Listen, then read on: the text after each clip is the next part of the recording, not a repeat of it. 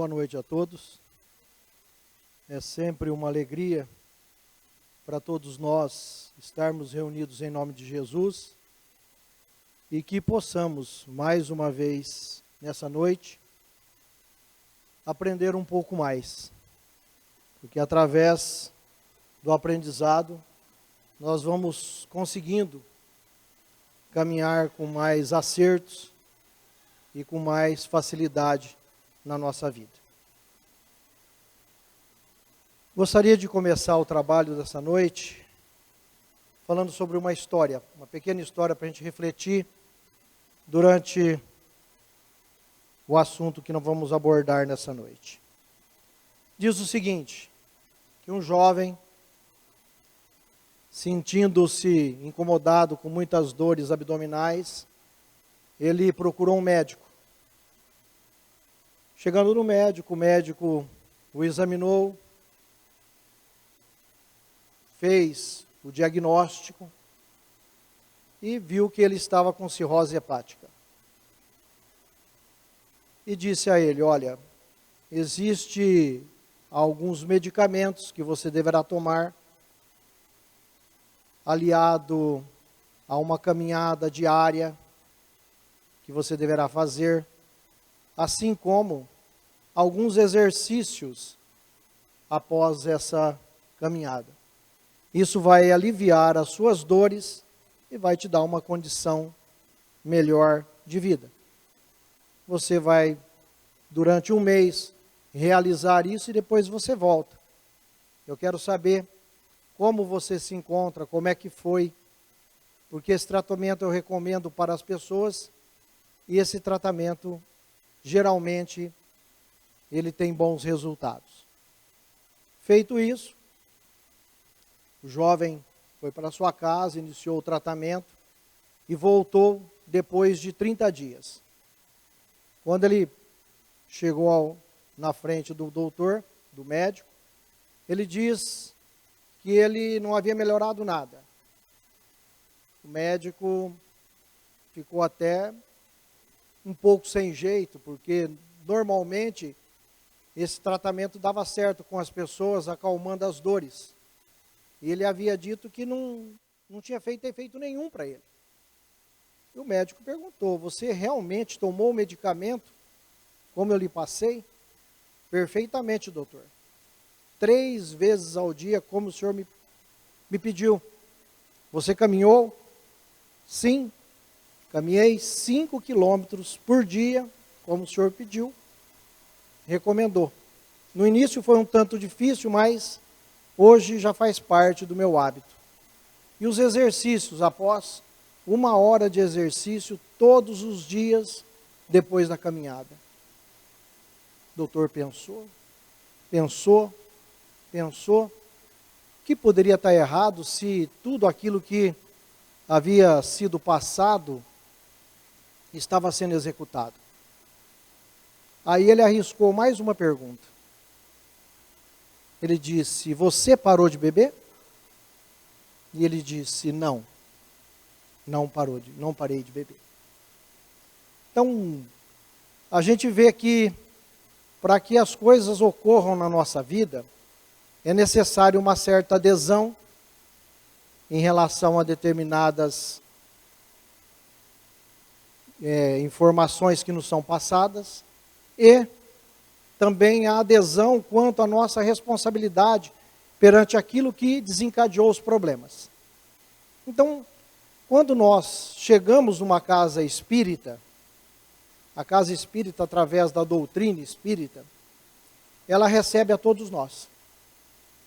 Todos nós. Muitos vêm dentro da casa espírita, procurar a casa espírita, padecendo de algum problema de ordem espiritual, padecendo de algum problema de perda de entes queridos, padecendo de problemas de saúde, e tantos são os problemas, e a casa sempre tem uma acolhida.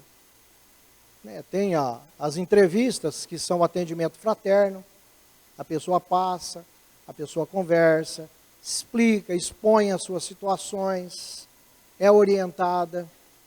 Dessa orientação nasce a oportunidade para que a pessoa tenha um tratamento espiritual. Se for no campo, né, espiritual, ele tem um tratamento na área da desobsessão. Se for na parte da cura, ele recebe também os passes, a água fluídica e todo o trabalho que a espiritualidade está neste momento aqui derramando sobre todos nós, embora a gente não perceba. É oferecido para nós. Fora isso, a Casa Espírita também oferece para nós estudos,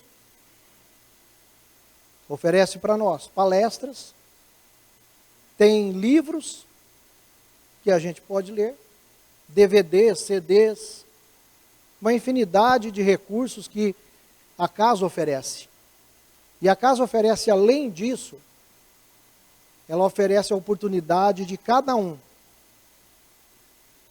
depois de um período de aprendizado, de instrução, da pessoa ter a oportunidade de trabalhar no bem.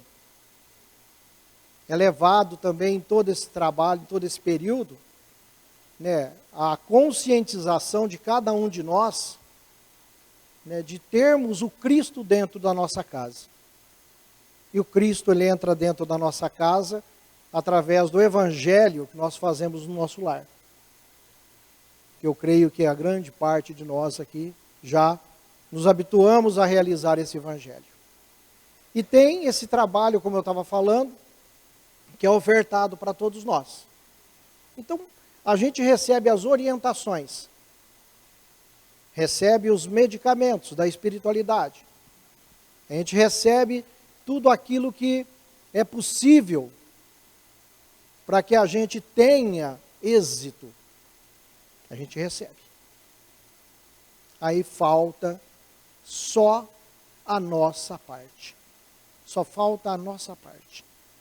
E em grande parte, quando a gente vai adentrando a causa espírita, ao trabalho espírita, nós temos, pela nossa própria personalidade, de tantas em tantas encarnações, nós temos uma tendência a um certo comodismo. Nós vamos nos acomodando em determinadas áreas. Eu venho, muitas vezes, e só assisto palestra. E acho que está bom demais. Às vezes eu venho, assisto palestra e estudo. Eu acho que eu estou fazendo muito mais. Mas aí, a gente precisa perguntar para nós, o que nós estamos fazendo de tudo aquilo que nós estamos recebendo das informações, das instruções na nossa vida? Porque nós estamos recebendo. E a vida, ela vai nos pedir um retorno disso. E como que a vida pede um retorno para nós em relação a isso? No nosso dia a dia. No nosso relacionamento. Para que a gente possa dar o melhor que nós temos. Agora, se nós não buscarmos atitudes diferentes para a nossa vida, incorporando esses ensinamentos e fazendo com que eles tenham vida dentro de nós, a gente não vai conseguir sair de uma situação de enfermos. Em grande parte, nós entramos numa casa, buscamos a ação da espiritualidade, e quando a gente começa a melhorar, estabiliza os problemas, as dificuldades se amainam, a gente começa a fraquejar um pouco. Ah, hoje eu não vou não. Hoje tem um programinha legal, tem isso, tem aquilo, então a gente vai começando a se distanciar daquilo que nos fez bem. Nós vamos nos afastando. E para que isso não ocorra, nós precisamos fazer determinadas trocas. Determinadas trocas. O que hoje ocupa em nossa mente o nosso conteúdo mental? O que hoje é preferência para nós? Aqui eu dou lugar, o primeiro lugar. aquilo que mais eu gosto, aquilo que mais me chama atenção, aquilo que eu mais dou tempo da minha vida em relação a isso. O que são isso? Aquilo que eu gosto de fazer. Eu vou trazendo para dentro de mim um conteúdo mental. Conteúdo. Que programa que eu gosto de assistir? Qual canal? Aquilo que me chama atenção. A gente pega nos WhatsApps da vida, vem piadinhas, vem isso, vem aquilo, e a gente às vezes perde um tempo enorme com isso. Conteúdo mental. Se a gente for olhar para o nosso conteúdo mental, em grande parte ele está entulhado, digamos, verdadeiramente de lixo, quando na realidade ele deveria estar com outros valores dentro dele. Porque é desses valores, ou deste lixo que nós temos dentro de nós, é que nós damos nas nossas relações.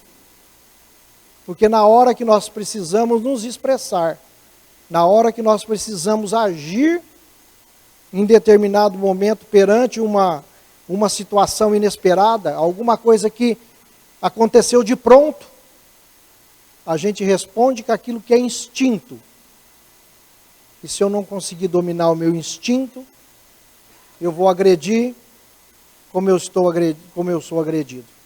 Acabo devolvendo no olho por olho, no dente por dente, na mesma moeda. Quando eu já deveria ter incorporado através de tudo aquilo que nós falamos, dos estudos, dos livros, de tudo aquilo que nós vamos aprendendo dentro da casa espírita, nós já deveríamos ter um outro conteúdo que nos fizesse refletir na hora da necessidade. Então nós vamos vendo isso. E hábitos que nós temos, o Abelinho estava falando do livro Sinal Verde, tem o item 33 do Sinal Verde, chama-se Hábitos Infelizes. Quem tiver a oportunidade de buscar esse livro e ver lá esse Hábitos Infelizes, a gente vai ver o quanto de coisas que nós não catalogamos como hábitos infelizes e que são hábitos infelizes. Então a gente precisa observar essas coisas para que a gente possa ir pouco a pouco tirando aquele conteúdo mental que nós trazemos já viciado de tantas e tantas etapas encarnatórias de dentro de nós. E reformulando, fazendo com que aquele homem velho, ele comece a dar lugar a um ser novo. Comece a fazer uma mudança real na nossa vida. Sem isso, a gente vai armazenando conhecimento, aprendendo, mas não vai sabendo o que fazer com ele. A gente às vezes se fica chateado com as pessoas nos agredirem verbalmente, as pessoas falarem mal da gente, as pessoas caluniarem a gente, mas a gente já devia ter aprendido no nosso dia a dia que essas pessoas, elas merecem a nossa oração. Foi isso que Jesus disse para nós. Aquelas pessoas que nos agridem, elas precisam da nossa oração. E muitas vezes a gente fica com aquilo na cabeça e a gente vai dando um lado para o espírito atrasado que anda junto com a gente, e a gente vai aumentando só aquela situação. Só aumentando. Então não há uma mudança, uma transformação, apesar da gente ouvir, apesar da gente ler, apesar da gente receber uma série de coisas. Nós somos como o doente da historinha. Nós fazemos determinadas coisas, mas aquilo que é primordial, que é essencial, que gera sofrimento e gera a doença, a gente acaba deixando sem fazer. E Jesus, no seu Evangelho, no capítulo 14 de Lucas, ele tem uma mensagem, uma parábola chamada A Grande Ceia. E o Emmanuel, no livro Caminho, Verdade e Vida, ele faz uma análise desta mensagem. Essa mensagem é intitulada Desculpismo. A grande ceia é quando Jesus diz assim, um Senhor, ele resolve dar uma grande ceia, uma grande festa. Então ele manda que sejam convidadas as pessoas. Então depois que tudo está preparado, está pronto, ele diz ao seu servo, olha, sai e convida as pessoas. Então os convites geralmente são feitos às pessoas mais íntimas. Geralmente a gente convida aquelas pessoas que nós temos, um certo conhecimento, para que possam ir nas nossas festas. Não é assim? Então Jesus ele começa dizendo assim, o jovem, o servo sai atrás das pessoas, e a primeira pessoa que ele chega e fala da festa, a pessoa fala assim, olha, não vai dar para ir não. Porque eu comprei um campo, uma fazenda, eu preciso vivê-la. Olha, você entende, né? São muitas tribulações, são muitas coisas para serem feitas e eu rogo por escusado. Afinal de contas, não dá para mim deixar de ir nesse local. O servo foi para o outro, segundo. Esse segundo diz, olha, eu comprei 5 juntas de boi e eu preciso prová-las. Também me rogo por escusado. 5 juntas de boi falando hoje aqui, mas na época, a gente sabe, os mais velhos sabem que o boi, ele era o mecanismo que se tinha para tombar terra, para poder carregar o material da terra, era algo importante para a época. E possuir isso era, algo extremamente importante para a pessoa. Ele falava, olha, eu preciso ir provar isso, e eu peço que você me desculpe. Ao terceiro chega, e ele fala, eu me casei. E como você sabe, casamento é casamento. Então não dá para mim ir. Então me rogo também, eu rogo a vocês que me desculpem. Não dá para mim ir. E o servo volta e fala com o Senhor, e o Senhor manda que sejam convidados, os cegos, os surdos, as pessoas estropiadas, para sair pelo beco, pegando todas aquelas pessoas, para que a casa dele se encha e que possa participar da festa. E ele diz que aquelas pessoas que foram convidadas primeiros, eles não participarão da ceia dele.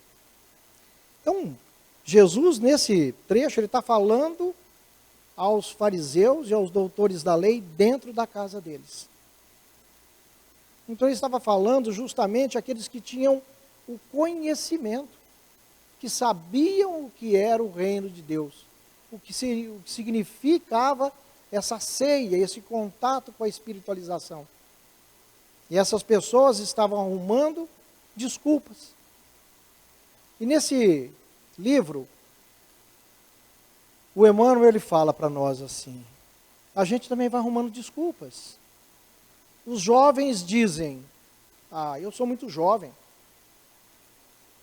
deixa isso para mais tarde. Agora eu quero gozar a vida. Agora eu quero curtir os prazeres da vida. Os mais velhos dizem, olha, já está muito velho, não dá mais tempo agora. Então, a gente vai deixando. E ele vai falando de uma série de desculpas que a gente arruma. Semelhantes àquelas uma que foi colocada pelo Cristo no Evangelho, porque ele está analisando esse texto. Então ele fala assim, olha, eu assumi muitos compromissos. E se a gente olhar para a nossa vida hoje, grande parte de nós estamos atribulados pelos compromissos que nós assumimos. Muitos de nós deixamos, muitas vezes, de realizarmos a nossa espiritualização, porque eu acredito que todos nós que estamos aqui, acreditamos que nós somos espíritos imortais, e que nenhum de nós vamos morrer e ficar esperando um juízo final lá, mas se nós vamos desencarnar, que nós vamos retornar através da reencarnação aqui e que nós vamos levar daqui aquilo que nós estamos trabalhando em nós. Então, nós vamos arrumando desculpas. Olha, eu tenho muitos compromissos. E ele vai colocando para mim, para nós, né? Para mim e para cada um de vocês. Olha, a família está crescendo. Antes era o casamento. Casei. Mas agora a família está crescendo. Eu tenho mais dificuldade, então tem que trabalhar mais, tem que lutar mais. E a gente vai arrumando desculpa, não arruma tempo para Deus, que é o tempo para a nossa espiritualização. Em grande parte nós reagimos assim. Em grande parte nós vamos levando a nossa vida através de desculpas e desculpas e desculpas. E nós não vamos enfrentando aquilo que nós, né, deveríamos enfrentar. E ele termina falando dos problemas, o Emmanuel, dizendo para a gente assim, que nós ouvimos aos outros e também a nós mesmos, né, essas lamentações, essas desculpas, essas coisas que nós vamos colocando, olha, não dá hoje por causa disso, não dá amanhã por causa daquilo, não dá por causa daquilo outro, e a gente vai protelando. E ele diz assim que nós, como nós também somos pessoas iguais, acabamos concordando. E dizemos, ó, é verdade, realmente é muito sofrimento, realmente é muita responsabilidade, realmente é muita tribulação. E o dia passa, a hora passa, o tempo passa. E a gente não sabe quando que é o dia do nosso desencarne, da nossa ida para o mundo espiritual. E se a gente prosseguir nessa questão desse desculpismo, arrumando sempre uma desculpa para quando a gente não quer realizar as coisas, a gente vai chegar no mundo espiritual, né, de malas vazias, e se lamentando porque a gente realmente conhecia os caminhos para um estado no mundo espiritual numa condição melhor. E o que falta em nós para que a gente possa efetivamente fazer uma mudança, aderir de fato à causa. Primeiro, eu preciso acreditar que os postulados que a doutrina me oferece é uma verdade. Eu preciso acreditar realmente que existe uma vida após a morte, que existe uma vida futura. Eu preciso acreditar realmente que isso é fato. Não é algo que pode ser. É fato. É fato. Eu tenho que me ver nessa vida futura. E se hoje eu fosse me ver nessa vida futura, como que eu me enxergaria lá? Como que eu me enxergaria? Onde eu estaria nessa vida futura? Eu tenho que acreditar que eu sou esse espírito. E que eu preciso realmente de transformar a minha personalidade. Mudar a minha vida.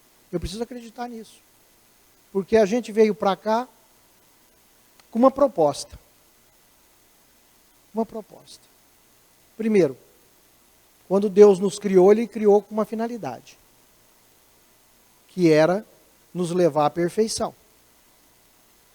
E a reencarnação, cada vez que nós voltamos aqui, o objetivo é nós cumprirmos com aquilo que nós já causamos, que são as expiações que nós temos que passar, os enfrentamentos que nós temos que ter.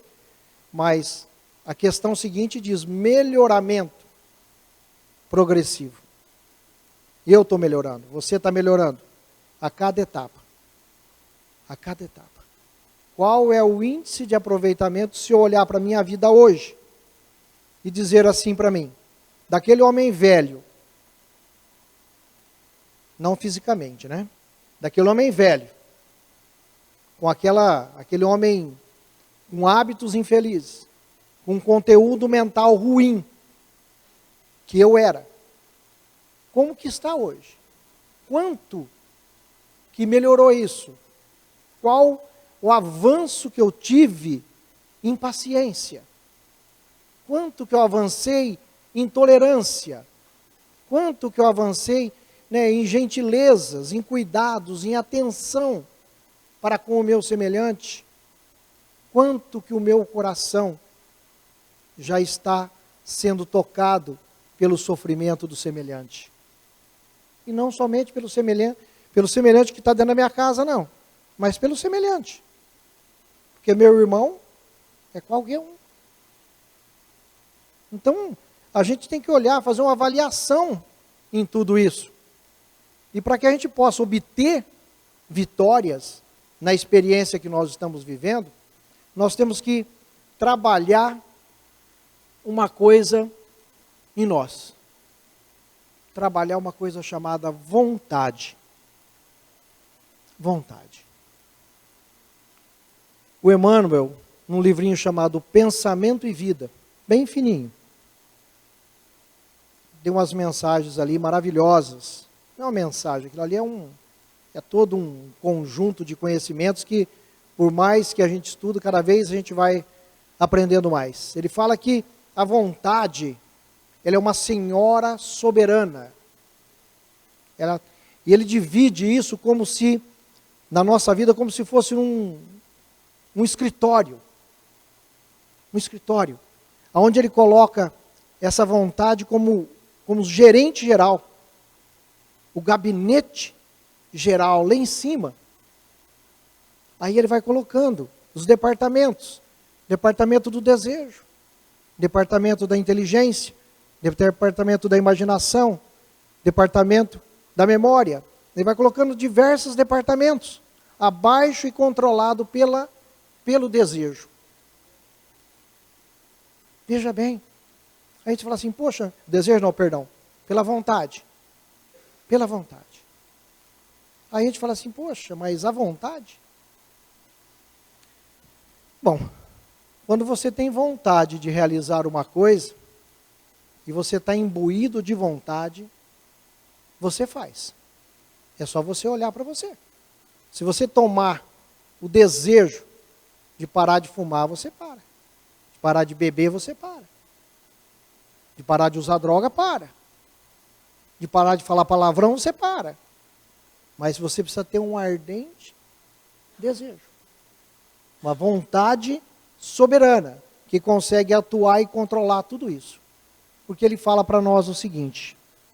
Agora eu quero ler e comentar com vocês isso daqui. Ele fala aqui, sem a vontade no controle das coisas, ele fala assim, o desejo, aquilo que eu desejo, pode comprar ao engano aflitivos séculos de reparação e sofrimento. Se eu desejo determinadas coisas, e essas coisas elas não são boas, eu vou passar às vezes por grandes sofrimentos, por grandes aflições, e às vezes não é só numa encarnação. Não é só numa. É em várias encarnações. E ele vai dizendo para nós, a inteligência pode aprisionar-se nos cárceres da criminalidade. Quantas pessoas que vemos, que são pessoas com um grau de conhecimento grande, têm cultura, mas não tem a outra asa, que é o amor. E a pessoa acaba utilizando-se da inteligência de maneira a se beneficiar, de maneira a produzir coisas que geram sofrimento para as pessoas, escravizam pessoas. E ele fala assim, olha, a inteligência ela vai, porque tudo é uma lei de causa e efeito, ela do mesmo caminho que ela está produzindo, ela está causando. E se ela estiver causando, ela vai se aprisionando nos campos em que ela está atuando. E ele vai dizendo para nós, a imaginação pode gerar perigosos monstros na sombra. Às vezes a gente fica ali divagando, fica imaginando, fica pensando e achando que o pensamento não é nada, não.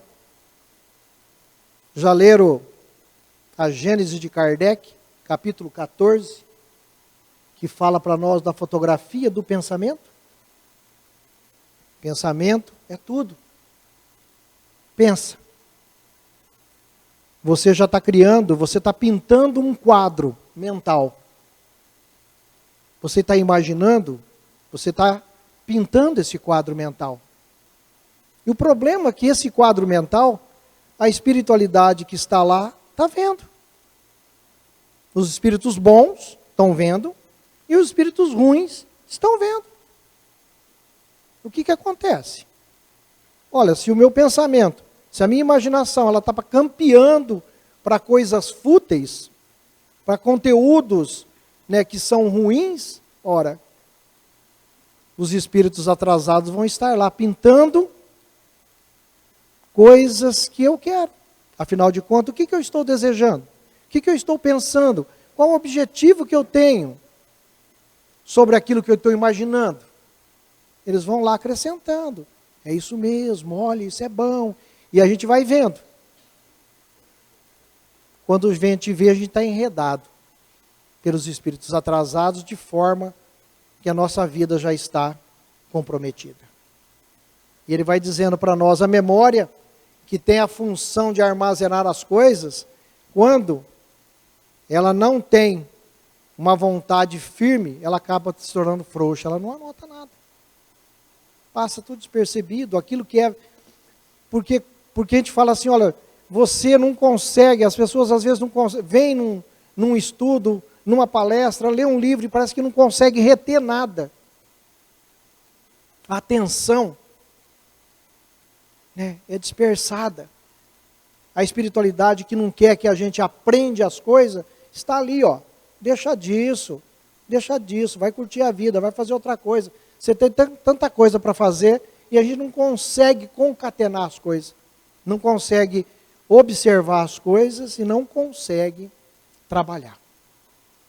Então, esse tipo de ação da vontade na nossa vida vai nos enfermando se a gente não tiver uma vontade férrea.